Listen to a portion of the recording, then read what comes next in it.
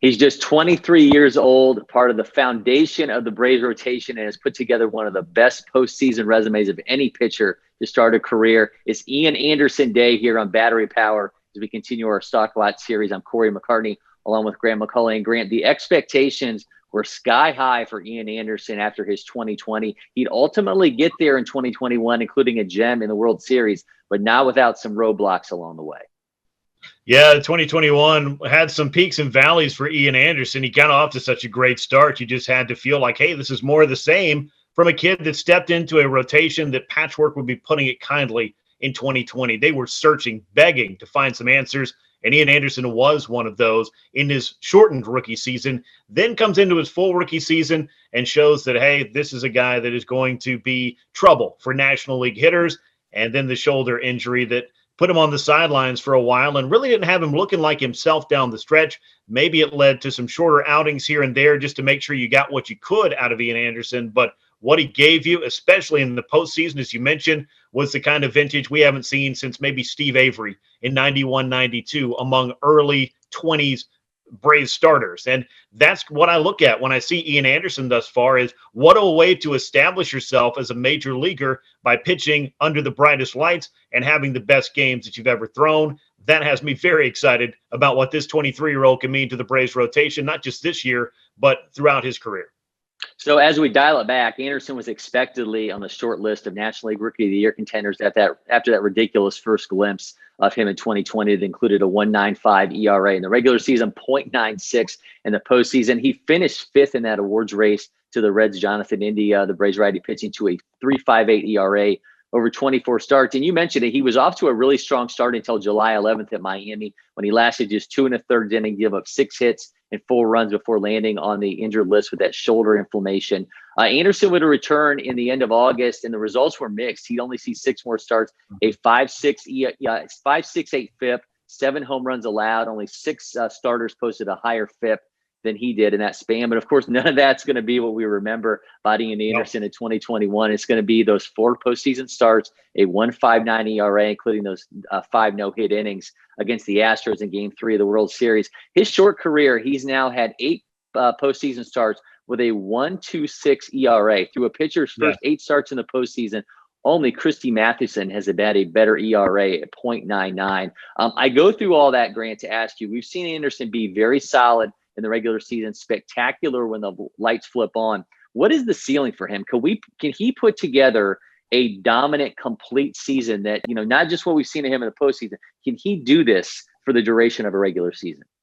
Yeah, I certainly think that he can. And it's going to be monitoring his workload at times that might come into being the only thing that really maybe keeps him from taking a huge step in 2022. But then again, if you're able to kind of manage him in a way that keeps him from going through long stints on the injured list, that would certainly be a plus. And that's just part of the game these days for young pitchers, because you're not coming through the minor leagues throwing 160, 170 or more innings anymore. You're lucky if you get to 130 or 135 in a minor league season, minus whatever version of the postseason you see down there. So you're still finding ways, I think, to ramp him up and to stretch him out in not just the literal sense, but kind of figuratively in his development. But again, as you look at what he's done in the postseason, those Steve Avery vibes, that Christy Mathewson style ERA, and this is a guy that's punched out 40 hitters in 35 2/3 postseason innings and allowed just 20 total hits. And of course, he started that Game 3 and had the Braves in position for a combined no-hitter there. And that is what I think of when I look at what the ceiling can be for Ian Anderson. It may not be the prototypical guy that goes out there, throws 7, 8 innings every single time, shuts down the opposition, and racks up 8 or 10 complete games. Those days might be gone. But when it comes to what the 2022 and beyond version of what could be a top of the rotation starter could be, Anderson has the arsenal to do it. A former number 3 overall pick, you knew there was going to be expectation when you drafted that high. When it comes down to it, as far as the draft is concerned, Ian Anderson might be the best of the pitchers that the Braves drafted, given what Mike Soroka has been facing over the past 2 seasons. We'll see how that plays out, what that story is, and I'd love to have both of them healthy and locking up 2 of the 5 spots in the Atlanta rotation for a long time to come. But I think Ian Anderson, with the opportunity that's been presented by some inconsistency and some injury in the Braves rotation, has taken the ball and run with it thus far. And I do think he's got the ceiling with that changeup, a pitch he didn't even have when he was drafted. He's got the arsenal to be a pitcher that can generate a lot of swings and misses. Even if some of his rate stats were down from 2021 to the very small sample size you saw in 2020, I think the shoulder inflammation and the way that he pitched following that had a lot to do with why we saw those stats drop. Prior to the injury, though, I don't think there was too much of a question about what Ian Anderson was putting together and the path that he was walking as the Braves were looking to really cash in big in October with him in rotation. And that last part happened. So I think we could be pretty happy about that.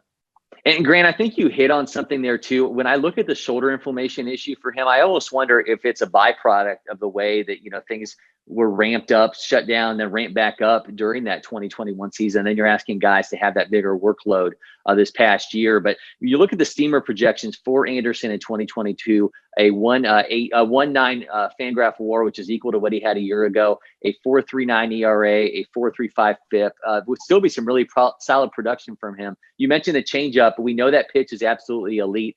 6.0 changeup runs above average. Batters hit a mere 104 against it in 2020, 197 in 2021. Still expect that to be an equalizer for him. And obviously his ability to tunnel that off the four-seamer just makes that pitch so much more elite. I do wonder, though, and I know you kind of touched on this a little bit there, some of the rate numbers did go up. I mean, the strikeout rate went from nearly 30% in the shortened season, and we'll take that for what it is in a shortened season, to 23.2 this last year. About the ceiling, the barrel rate, the hard hit rate, the sweet spot rate, those were all up. You can chalk that up to the larger sample size, but I think there's the question, beyond the third spot in this rotation for him. We saw that play out last year when Anderson was out. I mean, I don't know that as crucial as Charlie Morton and Max Fried are to the top end. I wonder about that third spot with Ian Anderson and being able to just be such a crucial part of how things flow after those two. What is this now that he's got that full season under his belt? How much bigger he's going to mean to this rotation, especially if they can keep him healthy with what we don't know after him in that rotation. Yeah. I mean, there's a big role to be played here. I mean, every spot in your rotation, you'd like to be changing out as few parts as possible. That has not been the way for the 2020 and 2021 Atlanta Braves. Ian Anderson, a little part of that in 2021, about them scrambling to try to find some answers to fill in for him for about a month or so. And then he wasn't quite the same when he came back. So as far as all those rate stats and things are concerned, and the smaller sample size of 2020, I think you've done a nice job of laying it all out there on the table. What we need to find out, minus injury, we're hoping, is what could Ian Anderson look like over the course of 30 starts? He's no longer the fifth starter for the Braves. He's a guy that's going to be expected to, at the very least, step into the middle of the rotation, go to the post every fifth day, and give the Braves that chance to win. I think he has a great chance to do that. I think he has the arsenal to do that. Health is really the only thing that you can worry about for any pitcher. It doesn't matter who it is that could potentially derail him. I think the ceiling is extremely high for what he could do beyond what those steamer projections were. And I think he's shown most of that, or most of us, everything we need to see as far as that's concerned, between the shortened season, his 2021 regular season, and of course his postseason resume. All of those things speak for themselves, and all of them speak glowingly of Ian Anderson's potential. Well, if you've missed any of our Stock Watch series, get to the Talking Chop YouTube channel, check out the archives, and also be sure to subscribe and turn on notifications so you get an alert every time we drop a new episode of Battery Power. Thanks for watching. I'm Cory McCartney. He's Grant McAuley, and we'll see you in next time, Braves Country.